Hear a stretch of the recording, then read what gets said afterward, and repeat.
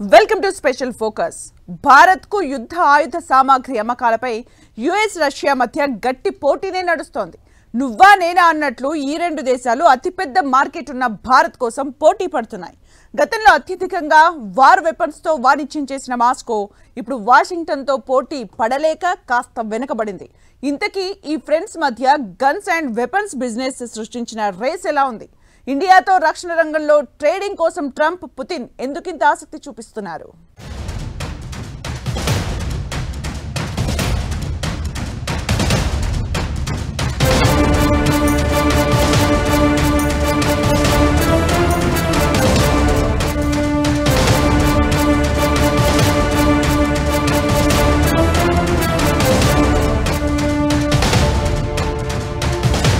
భారత్కు ఆయుధ అమ్మకాలపై అగ్రదేశాలు పోటాపోటీ. నువ్వా నేనా అంటున్న యుఎస్, రష్యా. వాషింగ్టన్తో పోటీ పడుతున్న రష్యా. కానీ యుఎస్తో పోల్చితే వెపన్స్ మార్కెట్లో మాస్కో వెనక్కే. అవును, అమెరికా రష్యాలకు బిగ్గెస్ట్ వార్ వెపన్స్ మార్కెట్ ఇస్తోంది భారత్. దీంతో ఈ రెండు దేశాలు ఇప్పుడు తెగ పోటీపడి వార్ వెపన్స్ ను ఇండియా కమ్మేందుకు తహతహలాడుతున్నాయి. ఓ రకంగా చెప్పాలంటే రష్యా కంటే అమెరికా ఈ విషయంలో ఒకడుగు ముందే ఉంది. మెల్లగా రష్యా భారత్లో ఆయుధాల విక్రయంలో వెనకబడిపోయింది. రక్షణ రంగంలో భారత్ మునుపెన్నడూ సాధించని పురోగతిని ఈ మధ్యకాలంలో సాధిస్తోంది. ప్రపంచవ్యాప్తంగా ఉన్న పరిస్థితులకు అనుగుణంగా సైన్యాన్ని, త్రివిధ దళాల్లో ఆయుధాలను భారీగా సమకూర్చుకుంటోంది. దీంతో ఇండియా పైన అగ్రదేశాల చూపు పడింది. మన దేశానికి ఆయుధ యుద్ధ సామాగ్రిని అందించడంలో తెగ పోటీ పడుతున్నాయి అమెరికా, రష్యాలు. అయితే వాషింగ్టన్ ఈ విషయంలో మాస్కోను వెనక్కి నెట్టేస్తోంది. ఇండియాకు 2018 నుంచి ఆయుధ ఒప్పందాల్లో అమెరికా ఇతర దేశాలతో పోల్చితే మెల్లగా ఆధిపత్యం చలాయిస్తూ వస్తోంది. దాదాపు $20 బిలియన్ ఒప్పందాలను ఇండియాతో చేసుకుంది యుఎస్. అదే సమయంలో ఇండియాతో రష్యా గత కొన్నేళ్లుగా అమెరికా డామినేషన్తో రక్షణ రంగ ఆయుధాల విక్రయాల్లో వెనకబడింది. ఇండియా ఆత్మనిర్భర్ భారత్లో భాగంగా రక్షణ రంగంలో స్వయం సమృద్ధిని సాధిస్తోంది. అటు యుఎస్ తో కూడా వ్యూహాత్మక దౌత్యం, భాగస్వామ్యంతో వ్యవహరిస్తూ వస్తోంది. దీంతో యుఎస్ నుంచి రక్షణ రంగంలోకి ఆయుధాల కొనుగోలుకు భారత్ ఎక్కువ ప్రాధాన్యమిస్తోంది. ప్రధాని మోదీ విదేశీ పర్యటనలు, ఒప్పందాల్లో వ్యూహాత్మక విదేశాంగ విధానాన్నే అనుసరిస్తున్నారు. దేశ అంతర్జాతీయ రాజకీయ పరిస్థితుల్ని దృష్టిలో పెట్టుకుని అడ్వాన్స్ టెక్నాలజీ ఉన్న ఆయుధ సంపత్తి కొనుగోలుకు మొగ్గు చూపుతోంది ఇండియా. దీంతో అటు అమెరికా, ఇటు రష్యా గత కొన్నేళ్లుగా భారత్కు ఆయుధాలు విక్రయించేందుకు నువ్వా నేనా అన్నట్లు పోటీ పడుతూ వస్తున్నాయి. అంతేకాదు, పాశ్చాత్య, తూర్పు కూటములుగా మారి ఆయుధ వ్యాపారం మేనేజ్ చేస్తున్నాయి.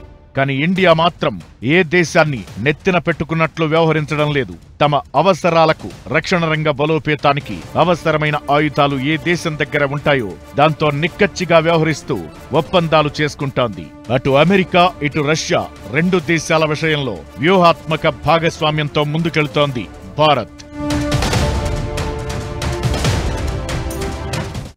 యుఎస్కి ఏదైతే ట్రేడ్ కావాలో, ఎక్స్పోర్ట్స్ కావాలో అది మనం యుఎస్కి అందజేయడం జరుగుతుంది.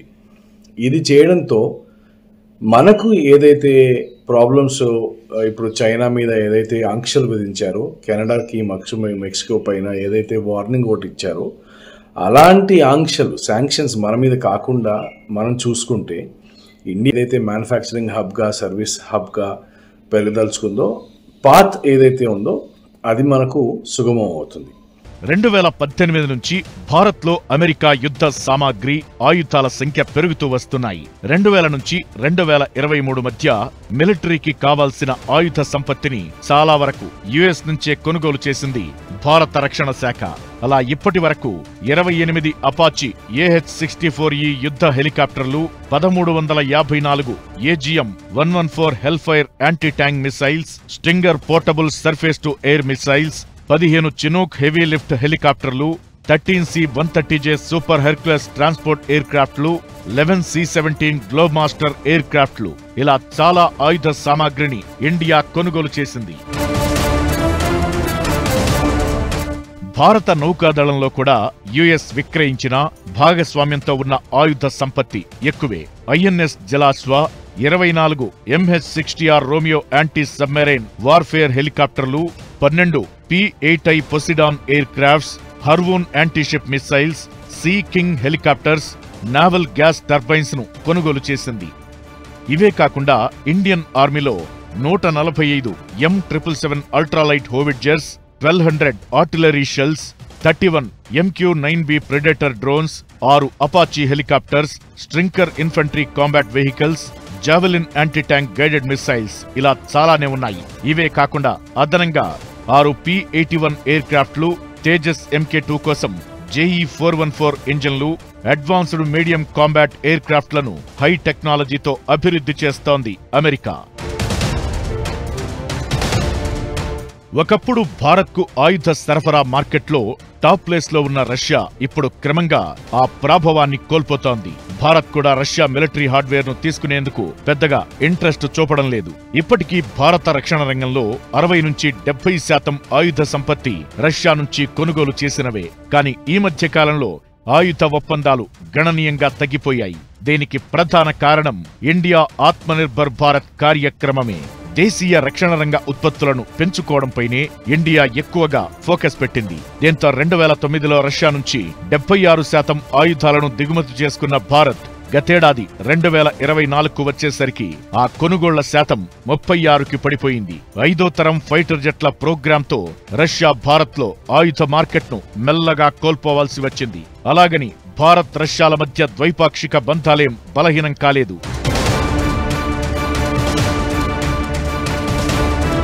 S-400 air defence system, T-90 యుద్ధ ట్యాంకులు, సుఖోయ్ 30 ఫైటర్ జెట్లు, MiG-29 ఫైటర్ జెట్లు, కమోవ్ హెలికాప్టర్లు, T-72 ట్యాంకులు, BMP ఆయుధ వాహనాలు, స్టెల్త్ ఫ్రిగేట్స్ వీటి ఉత్పత్తి కొనుగోళ్లలో రష్యాతో కీలకమైన ఒప్పందాలని చేసుకుంది భారత్. ఇవి కాకుండా రష్యా సహకారంతో Bharat BrahMos cruise missile, AK-203 rifles తయారు చేస్తోంది. రష్యా కూడా భారత్కు 5వ జనరేషన్ ఫైటర్ జెట్లను కొనమని ఆఫర్ చేసింది. కానీ ఆ ప్రపోజల్ను ఇండియా సున్నితంగా, వ్యూహాత్మకంగానే పక్కనబెట్టింది.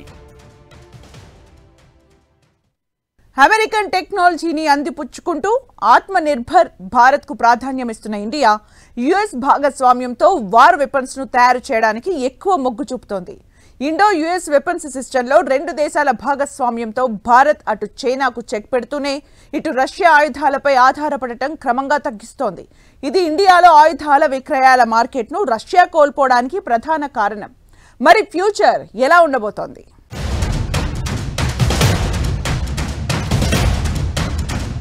రష్యాకు ఇండియా ముందు నుంచి అతిపెద్ద మార్కెట్ ఉన్న ఆయుధాల కొనుగోలుదారుగా ఉంది.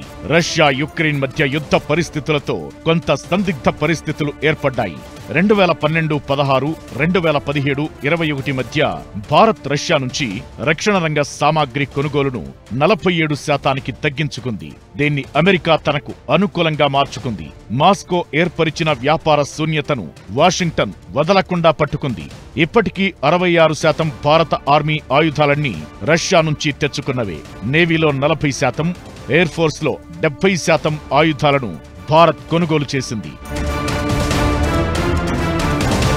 అంతర్జాతీయ రాజకీయ పరిణామాలు కూడా రష్యాకు కలిసి రాలేదు. చైనాకు చెక్ పెట్టేందుకు చిరకాల మిత్రదేశంగా ఉంటున్న భారత్తో యుఎస్ రక్షణ రంగంలో పలు భాగస్వామ్య ప్రాజెక్టులు, ఒప్పందాలను చేసుకుంటూ వస్తోంది. భారత్ కూడా యుఎస్ టెక్నాలజీని అందిపుచ్చుకుంటూ స్వయంగా ఆయుధాలను తయారు చేయడంలో నిమగ్నమైంది. ఇది పరోక్షంగా రష్యా బిజినెస్ ను దెబ్బతీసింది.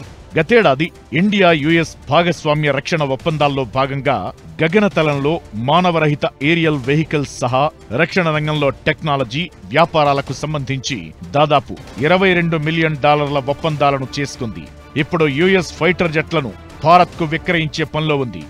F-A-18 సూపర్ హార్నెట్ రాఫెల్ యుద్ధ విమానాలతో అయితే ఫ్రాన్స్ నుంచి కూడా అమెరికాకు కొంత పోటీ ఎదురవుతోంది.